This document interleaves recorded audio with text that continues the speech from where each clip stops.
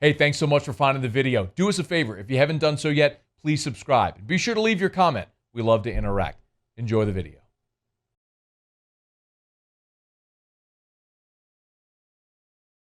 Ian Hartitz writes for Pro Football Focus, and I don't marry myself to Pro Football Focus. I think they do a good job, but I don't think it's the be-all, end-all. But it is a metric that sometimes can be used.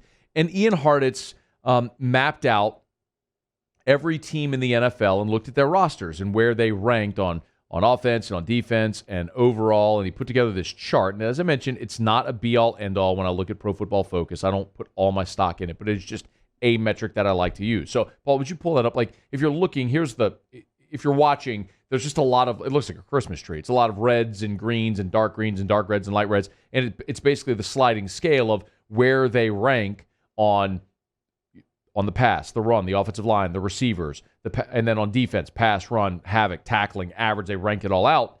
And the best team in the playoffs, when you look at the whole roster, according to this metric at Pro Football Focus, the most complete team in the NFL playoffs is the New Orleans Saints. From a roster, both sides of the ball. So earlier today, when we had Dave Kaplan on the show from ESPN 1000 in Chicago, I asked him point blank, I said, where is a spot where Chicago is better than New Orleans? And he went through the whole list, and there weren't any. And here's a metric to back that up, that the Saints are actually the most complete roster, if you're looking at this metric, the most complete roster in these playoffs. Now, it doesn't, obviously, like Patrick Mahomes would be the best player in these playoffs. But as far as just a top to bottom roster, the rank goes, you look at the 14 teams in the postseason: Saints, Colts, Rams, Bucks, Packers, Seahawks, Washington. That would be in the NFC. Actually, forgive me, that's not in the NFC because this is just 1 to 14 total. So it certainly looks like the NFC is heavily weighted over the AFC. And then it's Cleveland, Kansas City, Tennessee, Buffalo, Baltimore, Chicago, Pittsburgh. So that's going to surprise a lot of people to see Kansas City so low, and Buffalo as well. But it speaks to what elite level quarterback play can erase on the rest of your roster. But as far as the full roster, Pro Football Focus, according to this metric, gives the Saints the edge as the best roster in the NFL playoffs. Sean Payton did talk about his roster as a whole this year. Yeah, I think, look, a lot of guys have played, and I'm encouraged with the guys that have stepped in and had to play. I mean, Grant just got a game ball from last week's game. He was outstanding.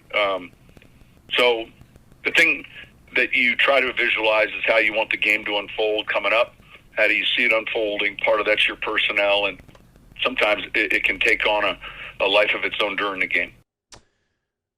Saints and Bears this weekend. I did look at the Pro Football Focus metric that I just referenced. It did talk about the weakest part of the Saints being the secondary, and how C.J. Gardner-Johnson is 22nd in allowed yard per coverage snap. Janoris Jenkins 44th and Marshawn Lattimore 55th. Talking about how underwhelming they've been among 78 qualified corners at their ability to defend downfield. But I would love to see that metric, not over 16 games and 17 weeks, but weeks 9 plus. Remember how slow this defense started. And Cam Jordan didn't have a sack until week 4. Do you remember? It seems like a lifetime ago. But Cam Jordan started so slowly. He didn't have a sack until week 4, and then he had 2.5 sacks going into the Atlanta game. Then he had 3 against Atlanta. And he blew up from there. And he's looked like himself again. Really, the Saints' pressure ramped up whenever Marcus Davenport came off of IR at the beginning of the season, was eligible to play. If you look at that moment, the second half of the season, I guarantee that number, even the weakest spot on the Saints defense, statistically, has been strength improved by an improved pass rush as the season's gone along and as they've gotten healthier. Hey, thanks so much for watching. Please leave your comments. I love to interact, and be sure to hit the red subscribe button below.